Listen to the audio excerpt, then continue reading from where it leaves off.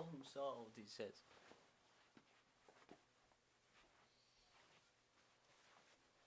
Remember, it's black at first.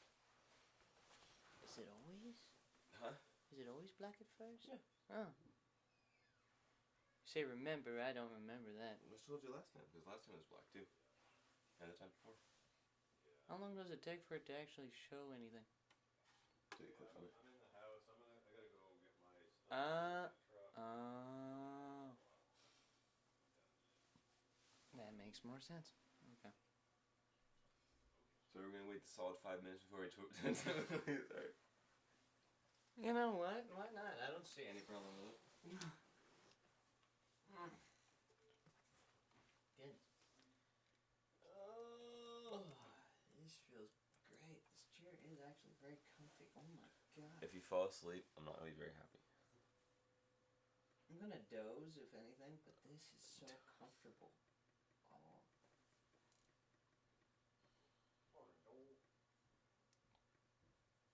This is so comfortable. These chairs are amazing. Well, I think about it, I may want a chair like this. Maybe not with this pattern, but definitely a chair like it. Also, it reclines too, which is amazing. That's fair. I love that. Do you have your Bible on you? I have my Bible in my ear. You have the word in your heart.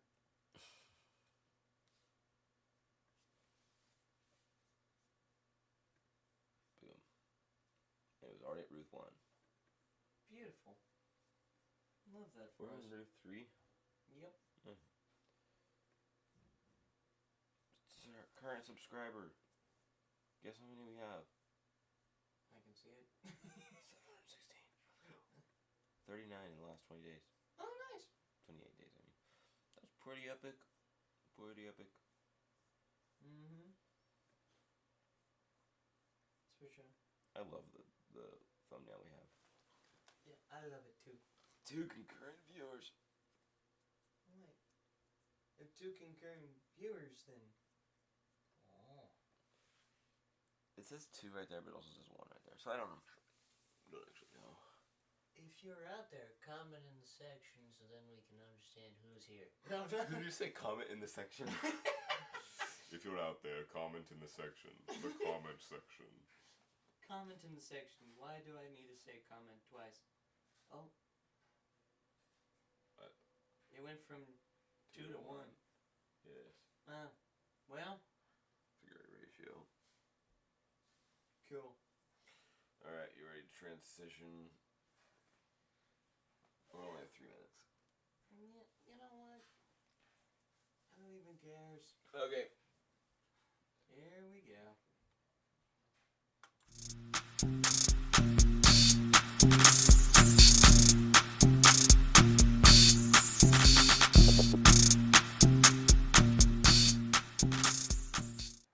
Hello, ladies and gentlemen, and welcome back to another episode of The Basement. I'm Tristan. This is my wonderful co-host. I'm Ezra. And today is episode 8. And I believe it's a continuation of our reading of Ruth. You believe or you know? Okay, fair enough. I know for a fact that we You are... forgot something. Oh, we did we? Yes. What? We go through the thing theologically. And Yeah. I don't know what you're saying. You have a saying, though. Alright. Do we need to restart it? No. Are you sure? Yes. Are you positive? Yeah, 100%. Are you absolutely positively sure? Yeah, Are I'm you positively sure you're absolutely positive? Yeah, Are don't... you sure you're positive? No, don't do... What?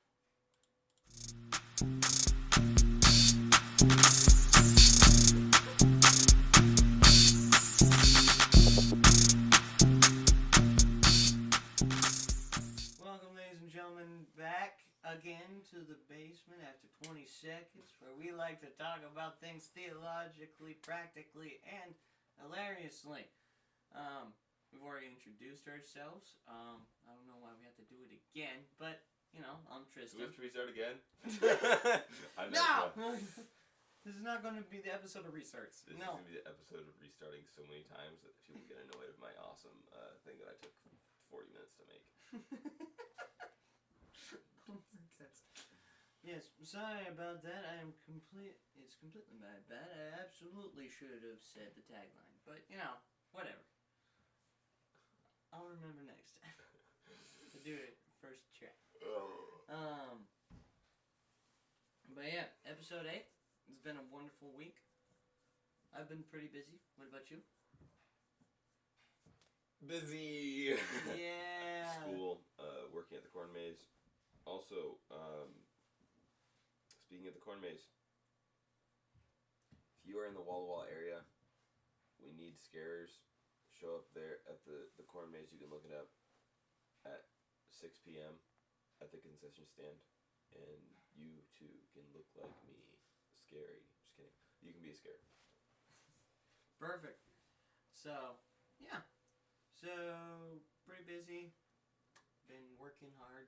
As young adults, your life gets very full of things. Working hard or hardly working. That does seem to be the two switches that we have. So, but, I hope everyone who's watching has had a great week as well. If not, we can pray for stuff Mhm. if necessary. And, yeah, just hopefully you guys have a great week. So, let's get into it. So, for today, we are continuing our discussion of the Book of Ruth, and thus far it has been pretty good. First chapter, we go over Ruth's very big decision to, leave her home, leave her family, leave everything she's ever known, and dedicate herself to living for God with Naomi. And in the second chapter, we see, a lot of Boaz, his character, and Boaz is a pretty cool guy.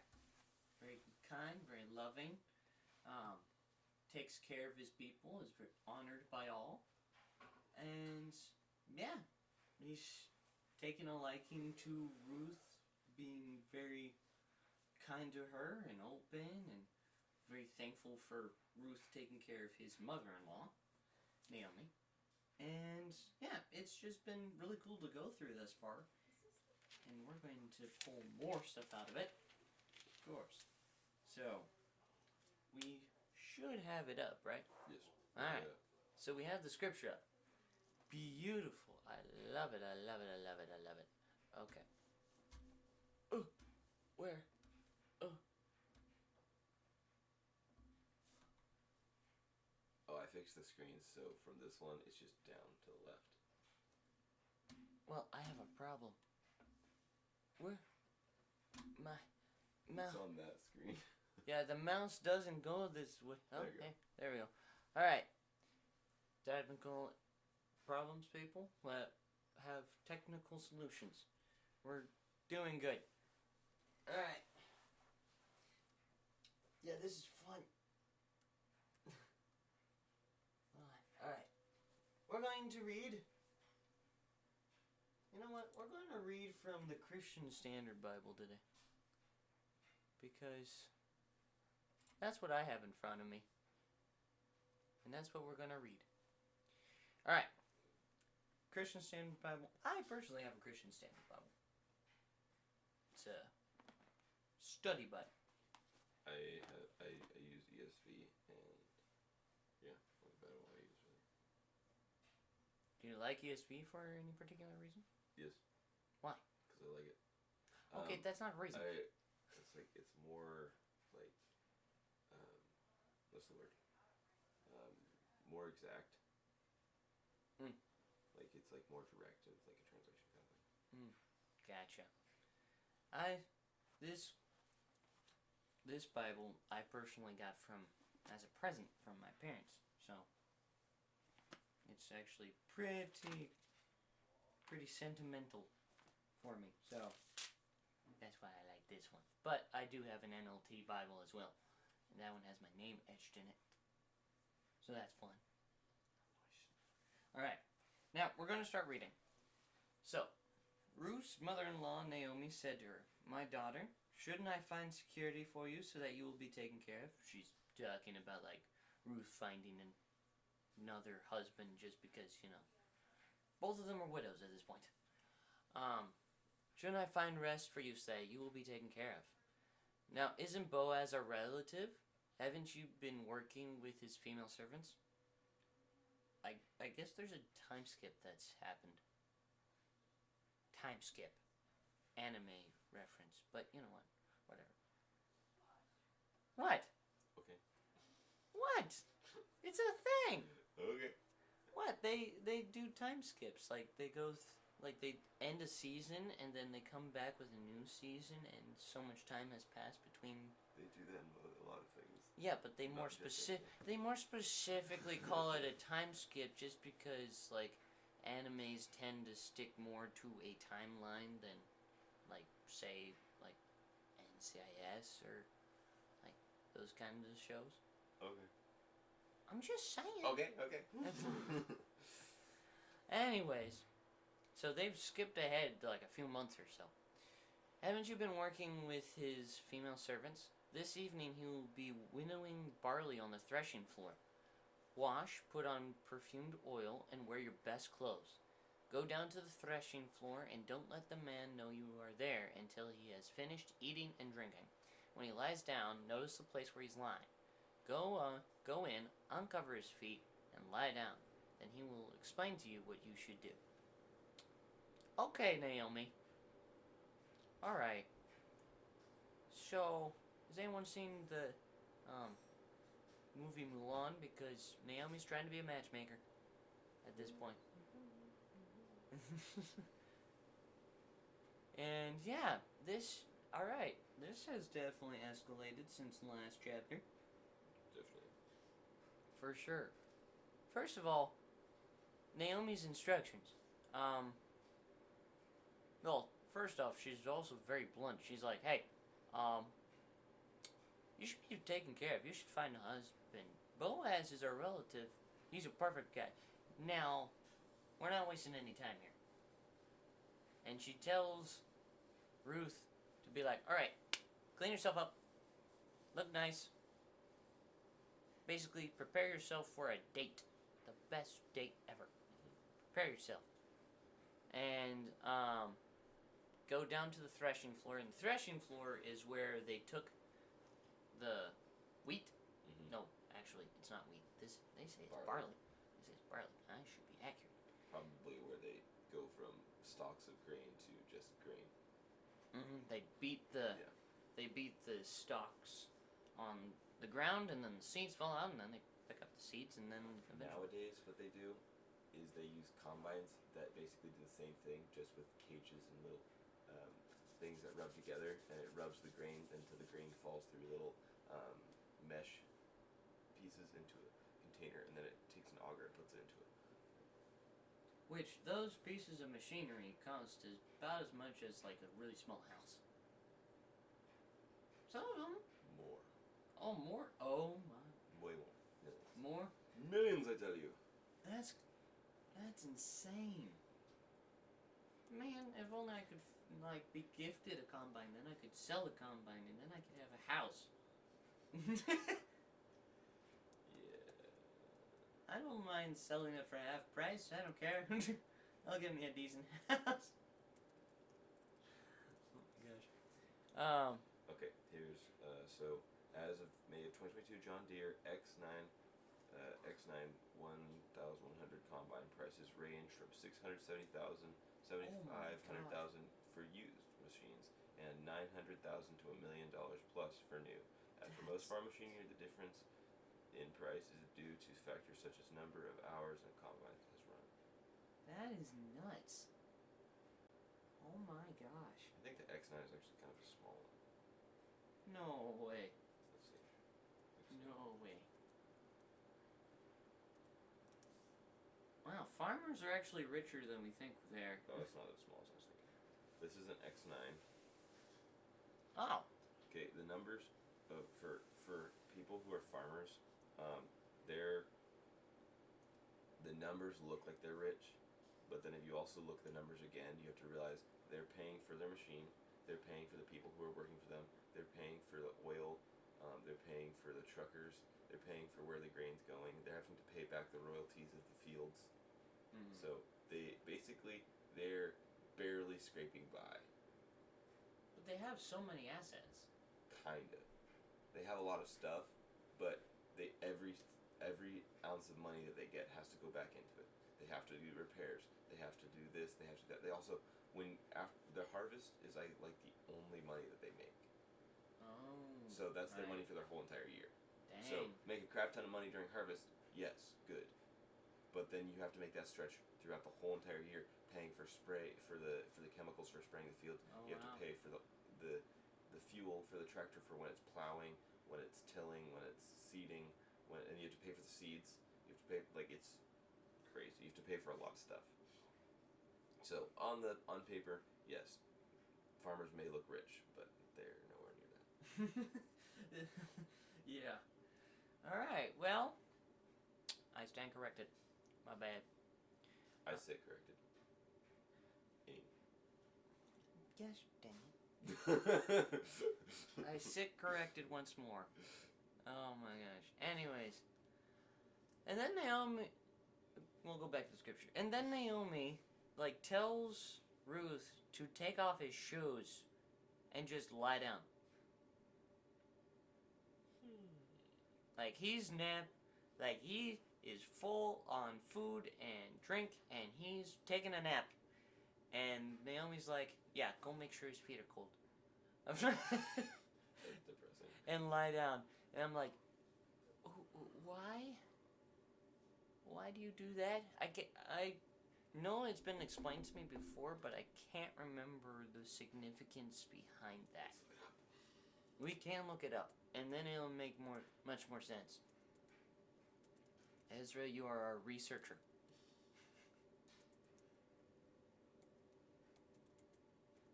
But if I remember correctly, it has something to do with, like, servitude, I think? But I'm not sure.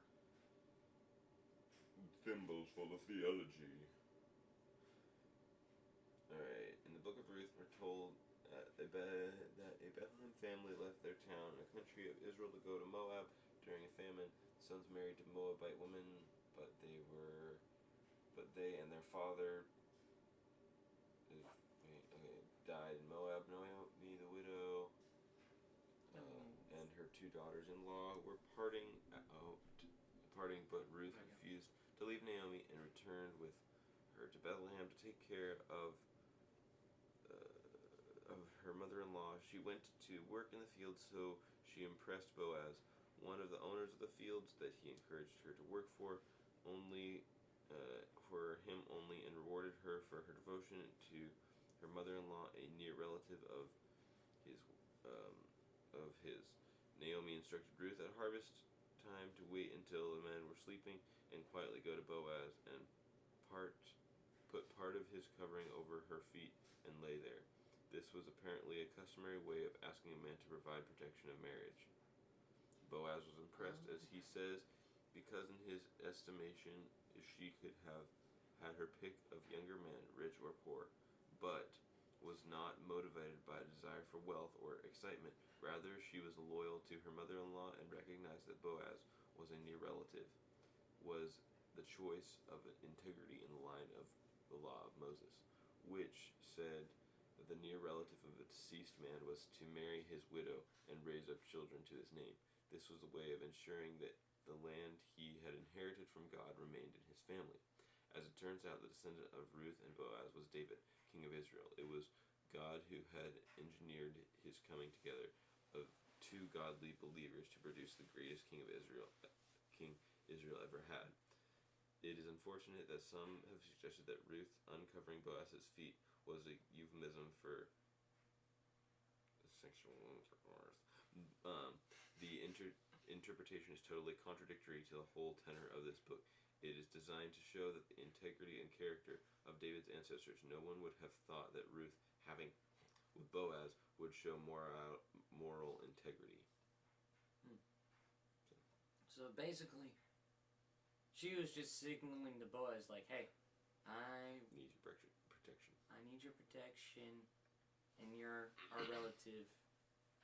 Would you please marry me? Basically, is what she's asking. Which is kind of crazy that, that's a thing, and the men are cool with it. Yeah. Like, nowadays... I don't feel like he was cool with it. I think it was more of like he understood what the... Like, it was more of like, alright, this is, like, the mission.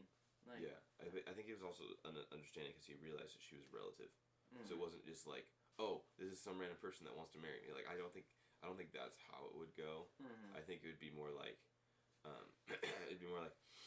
oh, so my relative who her husband died, I guess I should go and support for her because that is what we do. That's like our way of respecting our family line or whatever.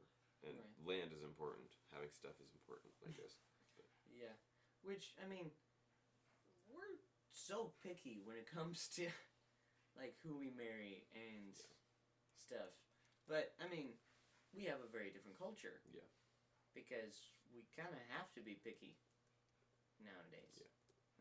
Back in those days, God was like, you guys marry within the Israelites and stuff. So, like, if you were an Israelite and you were with the Israelites, then you didn't have to be super picky. Yeah. But yeah, nowadays we just have so many people from so many different areas in like the United States that we have to make sure that we marry a godly wife, and for all the women, a godly husband. And like we have to definitely be more aware. Yeah. Like there's not like anything about relatives or family lines that we are concerned about, which is interesting to me. Yeah. But yeah, let's continue on, shall we? Alright. Okay. Then he will explain to you what you should do. Boaz will explain to Ruth whatever Ruth should do. Alright. And then, so Ruth said to her, I will do everything you say, to Naomi. She went down to the threshing floor and did everything her mother-in-law had charged her to do. After Boaz ate, drank, and was in good spirits, happy man, he went to lie down at the end of the pile of barley, and she came secretly, uncovered his feet, and lay down. At midnight, this man, he's sleeping in the middle of his field. Through the night. Alright, that's kind of interesting. He's in the middle of the field? Yeah, he's, like, the threshing floor is, like, it's open. It's not... Oh. Okay. Which is weird. But... It's weird. It's just out in the open. And then at midnight, Boaz was startled, turned over, and there lying at his feet was a woman. So he asked, who are you? I would also ask that question. Yeah. Fair enough. I am Ruth, your servant, she replied. Take me under your wing, for you are a family redeemer. Now this family redeemer thing is very important. Other translations would call it a kinsman redeemer. Like that's basically what we're talking about when it's like you're a relative and you take care of the wife of your cousin or your brother or whatever. You are now the kinsman redeemer, and you're able to redeem the family line, restore the family line, and this title of kinsman redeemer has been applied to Jesus, because we're all like God's children, and Jesus was the only one that could save us, and so he was our kinsman redeemer and won us back through his death on the cross to save his family which is pretty stinking cool to see it from that perspective as well. Mhm. Yeah, it's cool to think that we're like sons and daughters of God, Mhm. and not just like, ah, yes, you're my creations. I'll save you, I guess. You know, it's like sons and daughters means that He loves us all. Like we're family. Like we are with Him. Mhm. Like kind of on the same level of like, not literally the same level because that would be crazy, but Mhm. yeah, definitely the same level as far as like of loving us. Mhm. So yeah, just pretty cool. See, Senor. I mean, what are your thoughts on this so far?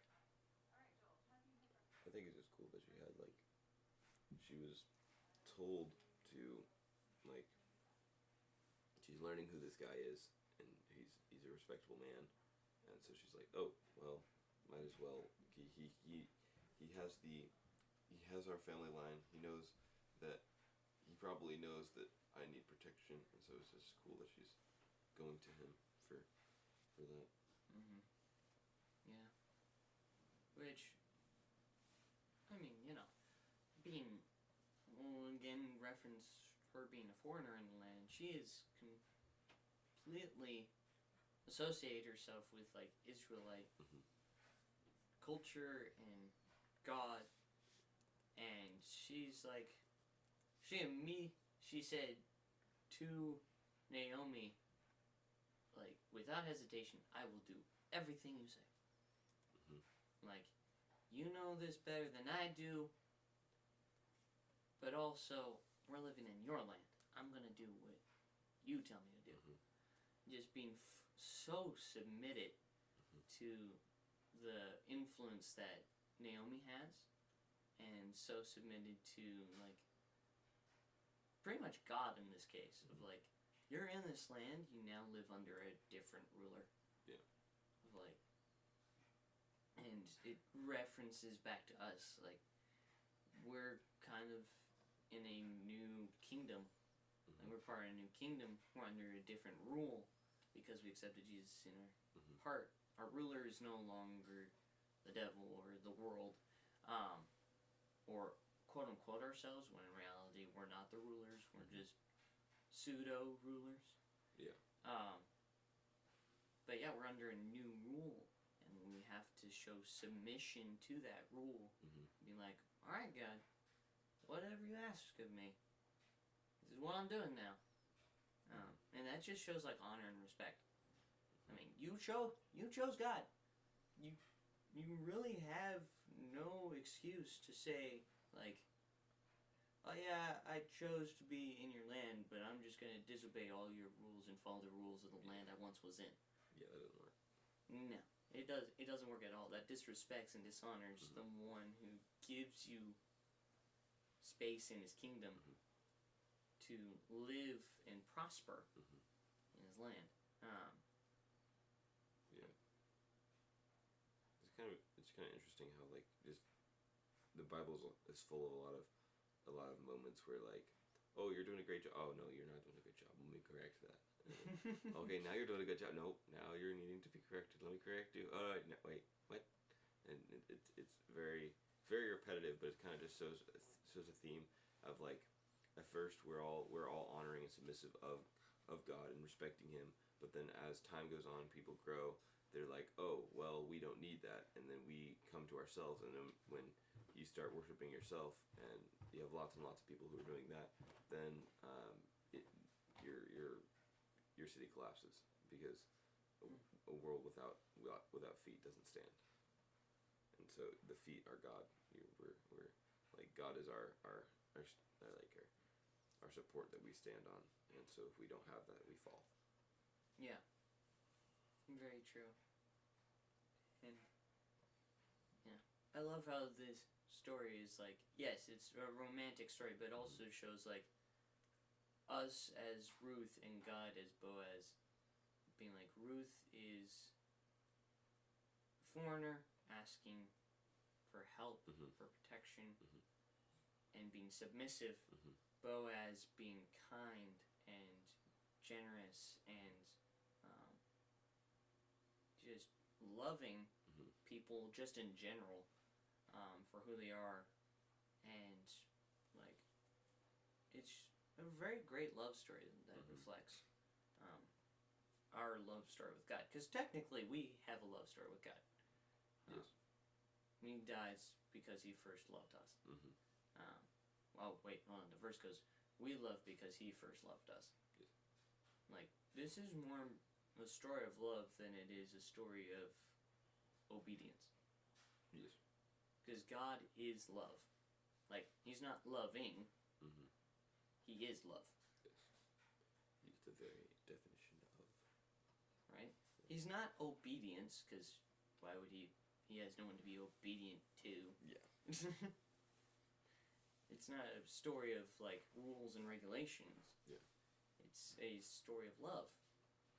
And sometimes love includes, actually, a decent amount of the time, love includes structure and boundaries and rules and regulations. Yes. Because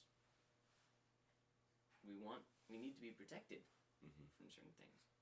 And we should want to be protected rather than, like, throwing everything off ourselves, Mhm. throwing away the restraints, the chains, and being like, we're truly free, you will always be. And in reality, you're actually more tied up, bound, gagged, and thrown into prison than you ever were before. Yeah. After you abandon God, Mhm. than when you were actually like his child. Mhm. So, yeah, it's just really interesting. So, well, should we continue? See, we shall. Okay, perfect. Alright. Okay, so calls Boaz family redeemer. Wow. Otherwise known as kinsman redeemer. Then he said, May the Lord bless you, my daughter. You have shown more kindness now than before, because you have not pursued younger men, whether rich or poor. And now don't be afraid, my daughter. I will do for you whatever you say, since all the people in my town know that you are a woman of noble character. Yes, it is true that I am a family redeemer, but there is a redeemer closer than I am. Stay here tonight, and in the morning, if he wants to redeem you, that is good. Let him redeem you. But if he doesn't want to redeem you, as the Lord lives, I will. Now lie down until morning. So she lay down at his feet until morning, but got up while it was dark. Then Boaz says, Don't let it be known that a woman came up to the threshing floor. And he told Ruth, Bring the shawl you're wearing and hold it out. When she held it out, he shoveled 6 measures of barley into her shawl, and she went into the town. She went to her mother-in-law, Naomi, who asked her, What happened, my daughter? Then Ruth told her everything the man had done for her. She said, He gave me these 6 measures of barley because he said, Don't go back to your mother-in-law empty-handed. Naomi said, My daughter, wait until you find out how things go, for he won't rest until he resolves this today. dang. That's pretty cool. Yeah. Don't go empty-handed. You need staff. They set you off good. Yeah, no kidding. But he, like you said before in that one article where Boaz is impressed that she did not find a younger man. Yeah. But came to him as a kinsman redeemer. But he also says, since all the people in my town know that you are a woman of noble character. Which is crazy cool, because we know that Boaz is well respected and well honored. But now Boaz acknowledges that Ruth is well respected and well honored by the people of his town. Which is like, okay, awesome. Marriage material. Oh my god, that's funny. So I wanted to look at this. I just looked this up. So the 6 measures. I wanted to put that in perspective because Right. the Bible, we don't have a good understanding of what their measurements are unless we like compare it to something. So here's a little thing I just looked up. The introduction to the hardest working person I've ever known is actually Uncle. Let me find it. Okay. No, this is not it. I need to, never mind. Keep going back. I need to find the. This is it. 6 measures as it translates to 6 ephahs. Trying to figure out how much that is in modern terms difficult, at best. There is a variation between U.S. and British measurement systems. I was looking at consistent conversion measurements, and the closest lead then chose leaders. However, there are at least 6 different amounts given for an ephah: 7.7, 7.71, 2. What the? Okay, this is so weird how they number it. And 40.32 I. These translate somewhere liters between 1.31 and 6.87 bushels. Assuming barley in those times had approximately the same test weight, that means Ruth carried back somewhere between 63 and 300 pounds. I'm gonna go with the 63. Well, but if God was on her side. I mean, what's realistic though? Like, I'm thinking, like, what's realistic? Because who knows how far she had to carry that? Yeah. And carrying like a bag of 100 pounds of like garbanzo beans is a lot. So, I doubt she carried 300 pounds. Probably 6 armfuls, is what you're saying. Okay. 6 armfuls? Yeah, something about that. Yeah. And if it's in a shawl, there's no way that if it's in a shawl it'd be 300 pounds. I've carried wheat before. When we had a tarp that was just barely full, that thing was so freaking heavy. That was like. Yeah, but it's a shawl. Yeah, it's a piece of clothing. Yeah. Hey, they could have had some pretty epic sewers back then. They can sew wheat. They can sew clothes too. Oh my gosh. That's funny.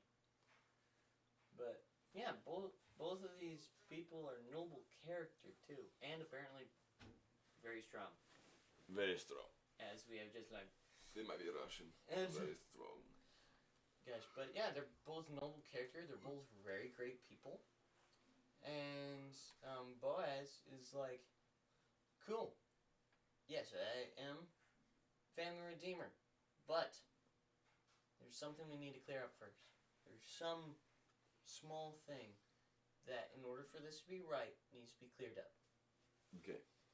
And he says that there's a redeemer closer in relation to them than Boaz. So he's like, in order for me to be your kinsman redeemer, I need to make sure that that person does not want to be or can't be. Which is like, he's trying to be honorable here. He's like, I'm not going to skip a line here in the order of how things should be and just get on with it. Just like, I'm going to take the necessary steps in order to make sure that this is all done right. In the last sentence of this chapter, Naomi is like, and he will make sure that it will be done today. And he was like, yeah, Naomi says, my daughter, wait until you find out how things go, for he won't rest unless he resolves this today. It's like, this man gets up in the morning and he gets stuff done. It's like, this guy knows what he's doing and knows what's right and will stop at nothing to make sure it happens. It's like, that's so cool. Like, if I was back in the day in ancient Israel, Boaz would be a guy I would look up to and be like, I want to be like that. It's funny though, like if you, like you know how back then, information was not carried very fast. So this whole story, you wouldn't hear about it for like, unless you were like relatives, right. You wouldn't hear about it for a few years. Well, relatives or like, I'm like just thinking of like if he shows his character like right here in these situations, like imagine his character in like with his workers and stuff. Like he's probably working twice as hard as his other workers. Yeah, with more of a cheerful attitude than them as well. Probably, and just like he's out there, and I'd be like, "This is a great place to work. I love this." If I was one of the workers, like this guy seems awesome, and he's honorable. He wants to do the right thing. Doesn't want to compromise. And he also wants to make sure that no bad report escapes. Rapport, yes. Because nothing that happened here was a sin, but he did not want people to get the wrong idea.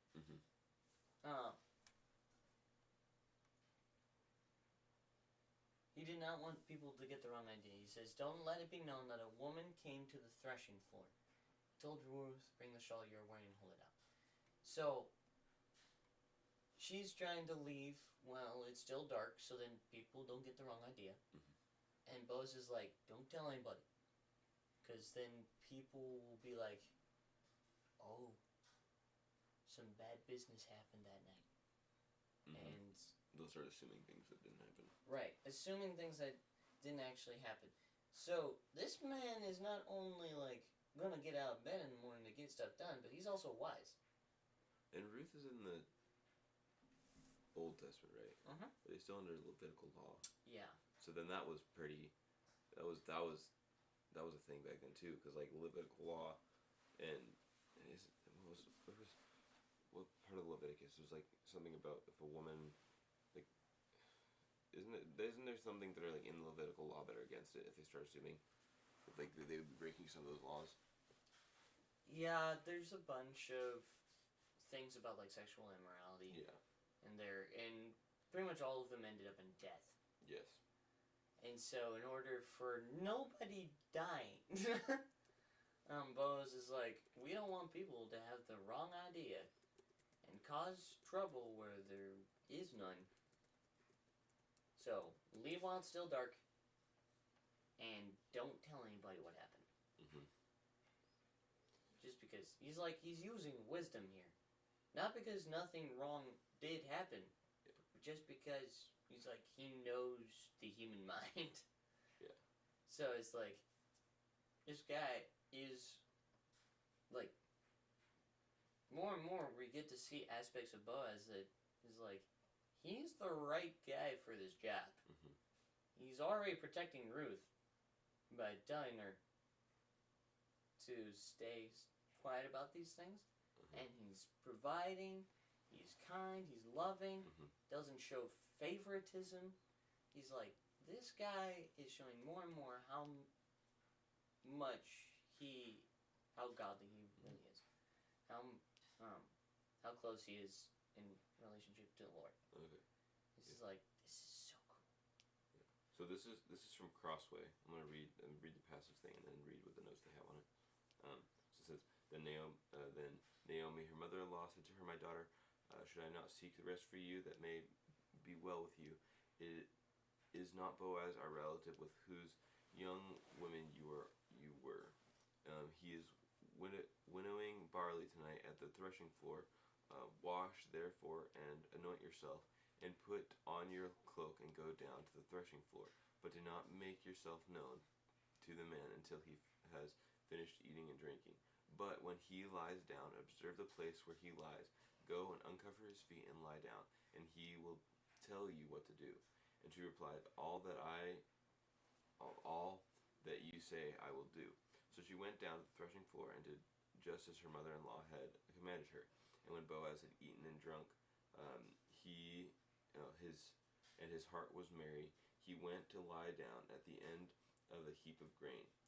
Then she came softly and uncovered his feet and lay down. At midnight the man was startled and turned over, and behold, a woman lay at his feet. He said, "Who are you?" She answered, "I am Ruth, your servant. Spread your wings over your servant, for you are a redeemer." So then this is called the risks of the threshing floor. A number of weeks likely separate Ruth and Ruth and Boaz's initial encounter in Ruth chapter 2 at the threshing floor encounter. In Ruth chapter 3, Ruth and Naomi arrive in Bethlehem at the beginning of barley harvest, and Ruth keeps gleaning in Boaz's field until the end of barley and wheat harvests. Ruth 2:23. The two harvests together probably involved about 2 months from beginning to end. The scene in question transpires when the harvested barley brought to the threshing floor is winnowed. Winnowing barley involves tossing it into the evening breeze with a winnowing fork to separate the stalk from the chaff and the straw, which the wind blows away.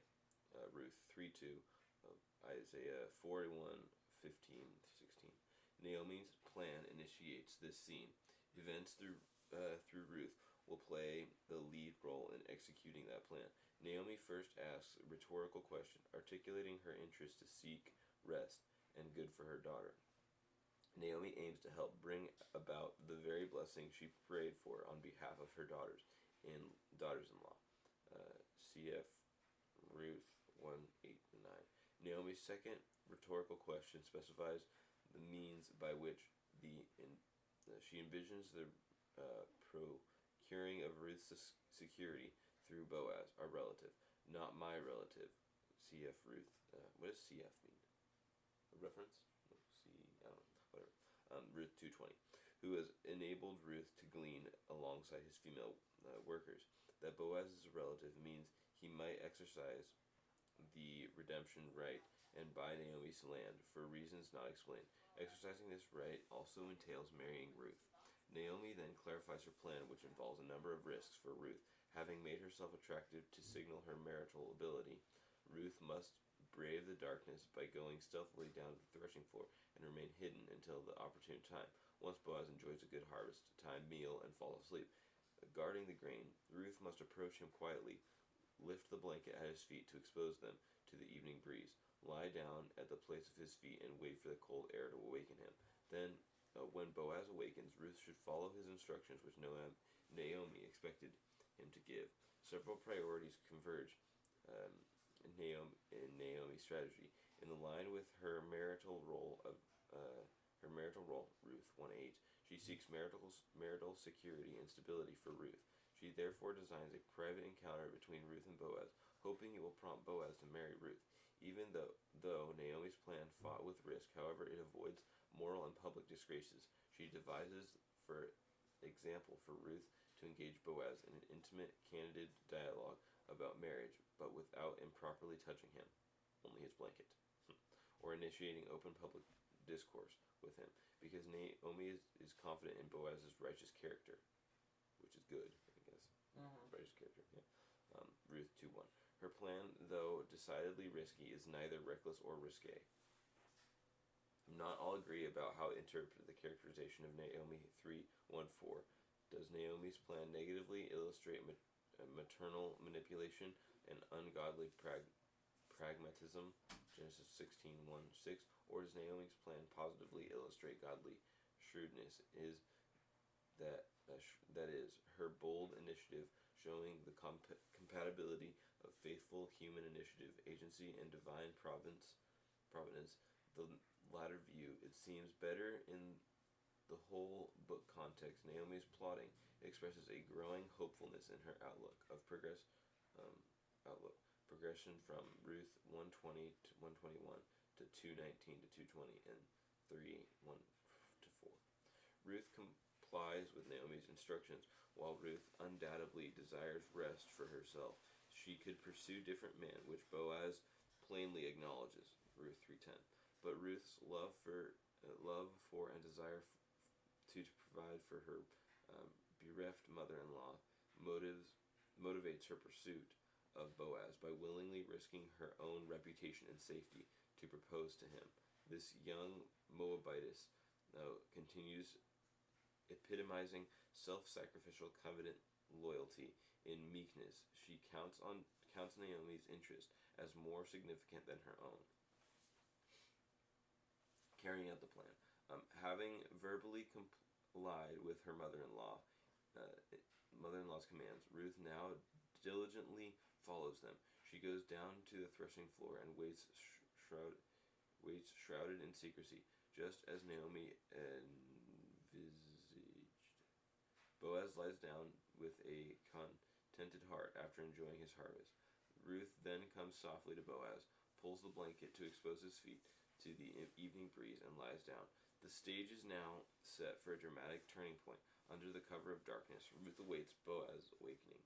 Darkness, hiddenness, and seclusion obscure recognition and heighten dramatic suspense at midnight, evening's darkest point. Boaz awakens, disconcerted, presumably wincing at the cold breeze blowing over his feet. When he repositions himself, likely to adjust the blanket for warmth, he is further disconcerted by discovering a woman lying at his feet. He calls the woman to disclose her identity. Ruth takes the full advantage of this crucial moment of disclosure, more than merely presenting herself as eligible for marriage. She initiates that she ought to marry. She states her name, I am Ruth, rank, your servant, request, spread your wings or corner's edge of this garment over your servant, and rationale, for you are a redeemer. Ruth is summoning Boaz to provide protection and security through marriage. By alluding to Boaz's prior blessing, Ruth 2:12, Ruth petitions Boaz to become the Lord's human instrument of fulfilling that previous blessing that is having taken refuge under the Lord's wings. Ruth now entreats Boaz to spread his wings over her in marriage as the Lord's agent, undoubtedly influenced by Naomi, Ruth 2:20, and Ruth 3:2. But Ruth appeals to the kinship principles underlying the instructions of redemption of the Leviticus 25-24-55, and Levirate marriage, Deuteronomy 25:5-10. There's a pledge of redemption, and then love shines the darkness, and there's a lot more. But it was just the fact that it was kind of sketchy. It could have been sketchy, but it wasn't, because of the way they planned it. Right. Which, I mean, I'd have to say Naomi has wisdom in this. Mm-hmm. I do like how this article alluded to the fact that Naomi started to see hope again. Yeah. Because when she came back, she was like, "Don't call me Naomi. Yeah. Call me one who mourns or grief or whatever." And like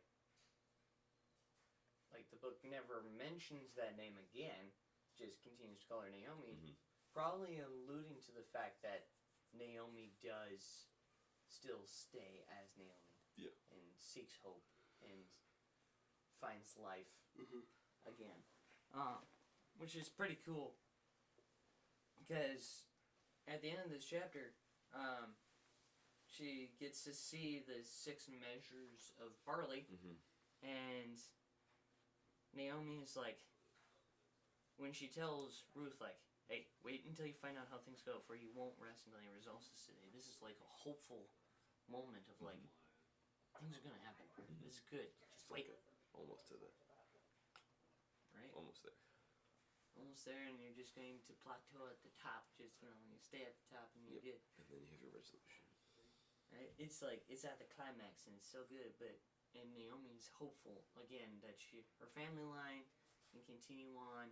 She's also going to be provided for, doesn't have to worry about it. And she probably is thinking, like, maybe some grandchildren, too. And, like, get to help them out, too. Like, grandmothers have, like, that motherly instinct that's changed a little bit for their grandchildren. But they spoil them. Yeah, they spoil them. They enjoy their grandchildren. But yeah, that's a pretty cool. It's a pretty cool chapter to read out of. There's a bunch of context stuff for sure. A lot of customs and just cultural things that we needed to understand in order to get an accurate view of what's happening. Because otherwise, yeah, you can view it as like, oh, this is interesting. Sounds a little risque. Alright. Spill the tea, why don't you?